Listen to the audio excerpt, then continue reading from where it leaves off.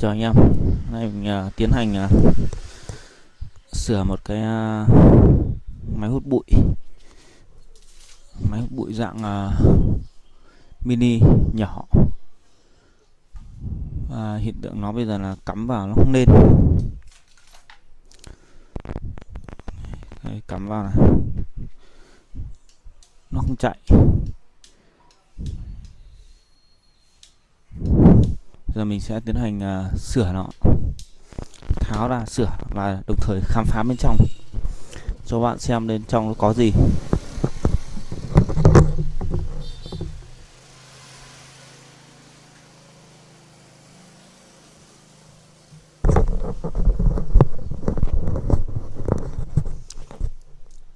Giờ mình sẽ tiến hành tháo vỏ ra trước này.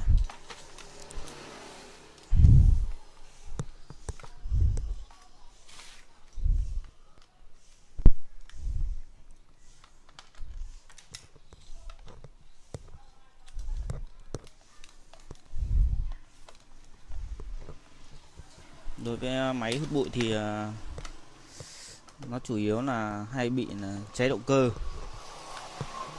hoặc là có khi nó bị cái mạch bảo vệ hoặc cái đường nguồn.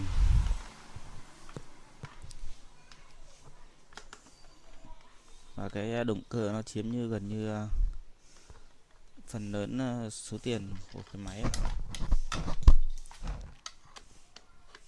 Nhưng mà chúng ta thay động cơ thì nó vẫn là rẻ hơn là mua cái mới.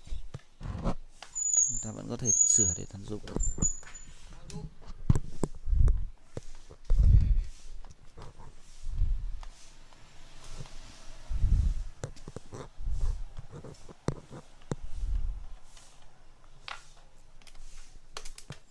Thì sửa chúng ta có thể tháo những cái bộ phận tháo rời ra.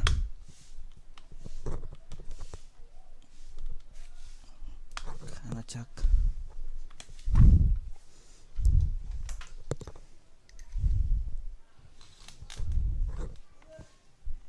Này, như kiểu đến đâu không dùng, hơi chắc. Đây trong nó là một cái này rồi, bụi bặm. Đây là cái mặt chặn bụi. Đây chúng ta còn hai con ốc nữa.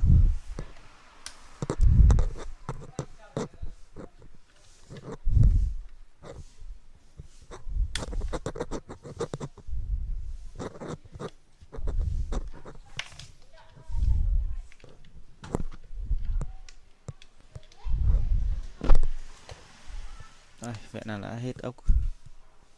Đây còn con nữa.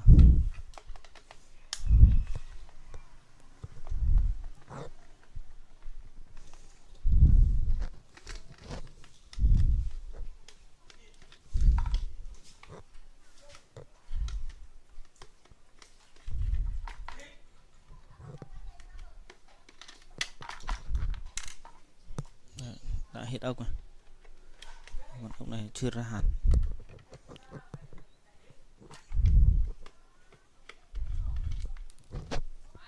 Đó. Đã ra hết rồi. Chúng ta bắt đầu tháo này.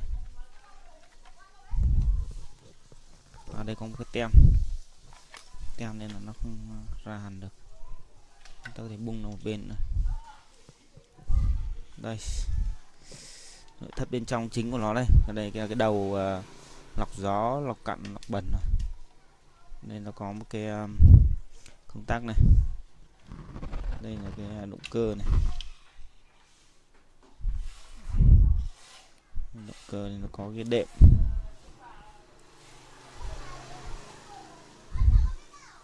Đây là cái guồng gió, giống một cái máy khác thôi.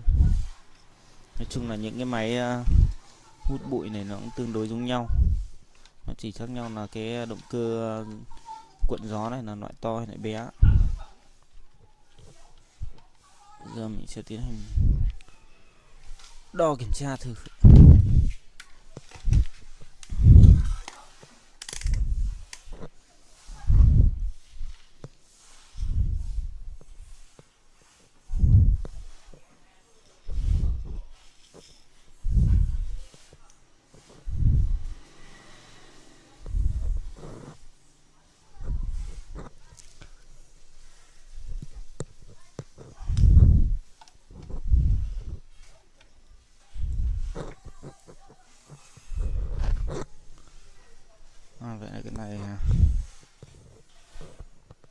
nghĩa là đứt cầu chì các bạn. Cầu chì thứ nhất, thứ hai xem nào. Đo thử động cơ này. Động cơ có hiện tượng chập rồi. Cái này nó cũng chập động cơ và đứt cầu chì rồi.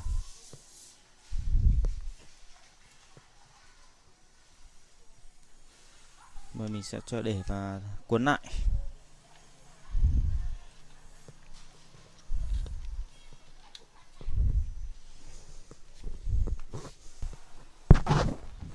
Đây là động cơ sau khi mình đã cuốn lại những cuộn dây bị cháy này.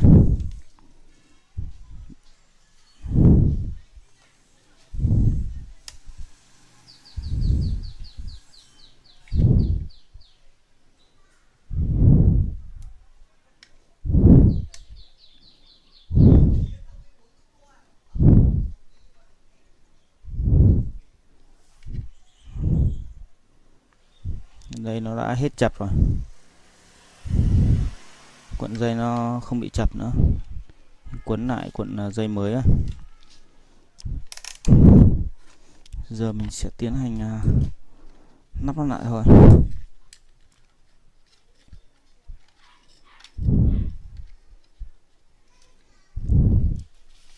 Lắp lại như cũ.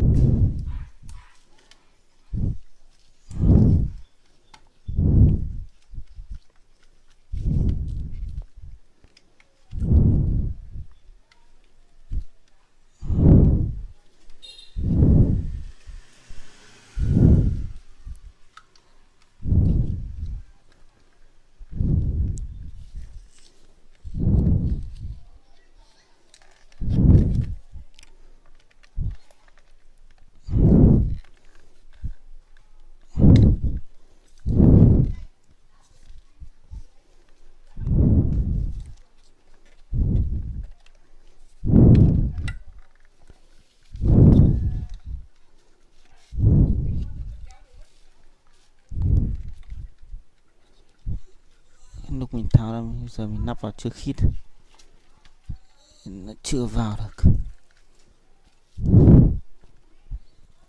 Rồi,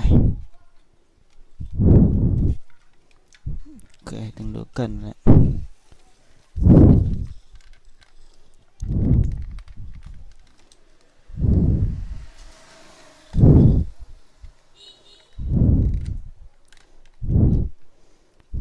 Này chỉ cần một cái nữa mình lắp kênh là nó không vào. Thật sự chuẩn xác.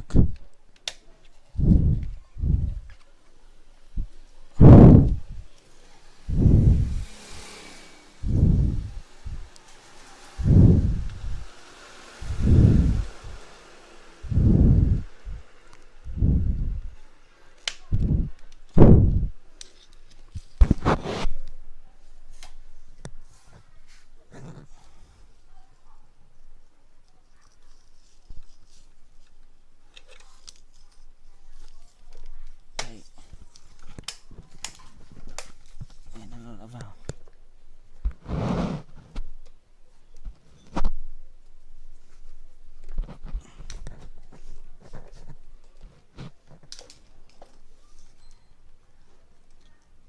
vẫn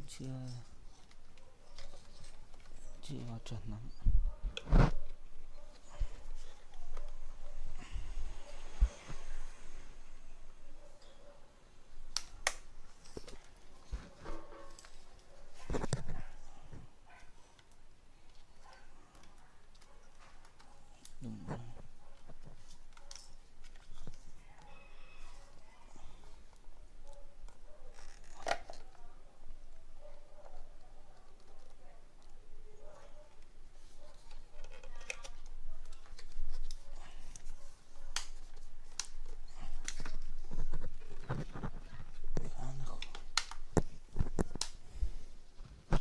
Tốt nhất chúng ta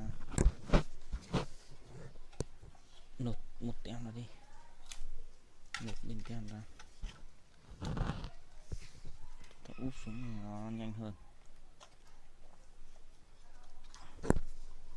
Úp thẳng xuống.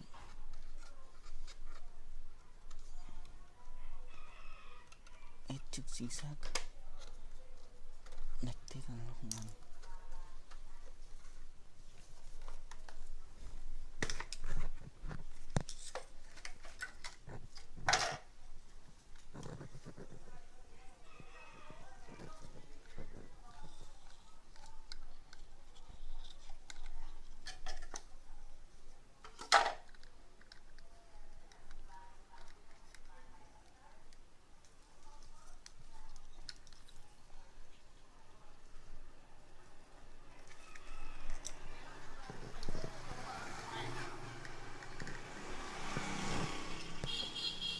Này, lắp hết sức chuẩn xác thì nó mới vào. Chỉ cần lệch một chút xíu là nó không vào ngay.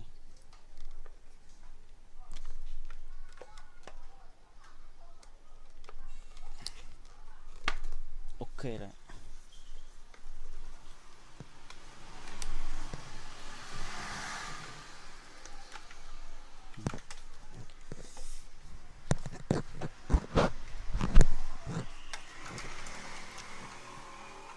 Xoay chuyển.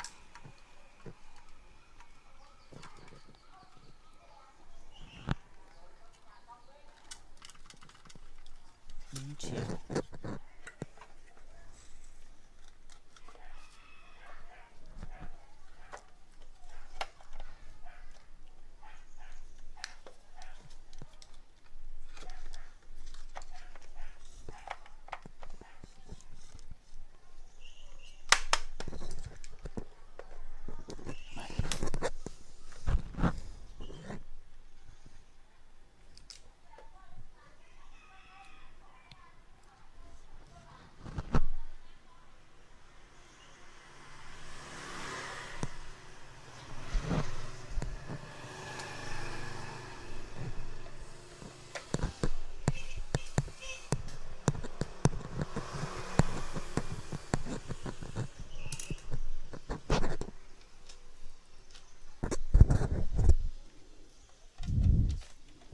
Tiến hành lắp mấy con ốc nữa. Ok.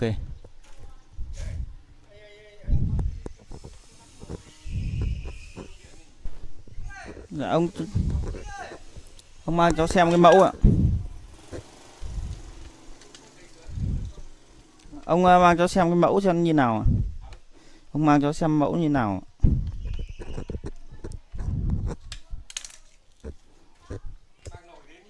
Vâng, nó bị mất nắp hả ông?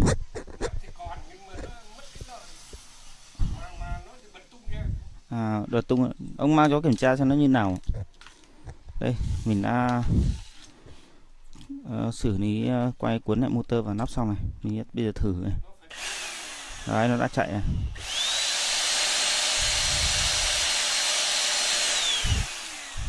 Đấy, chạy ngon rồi nhá. Nắp cái này nữa là ok. Gắn te này nó vào được này. Rồi, video chia sẻ của mình đến đây hết. Cảm ơn các bạn theo dõi video.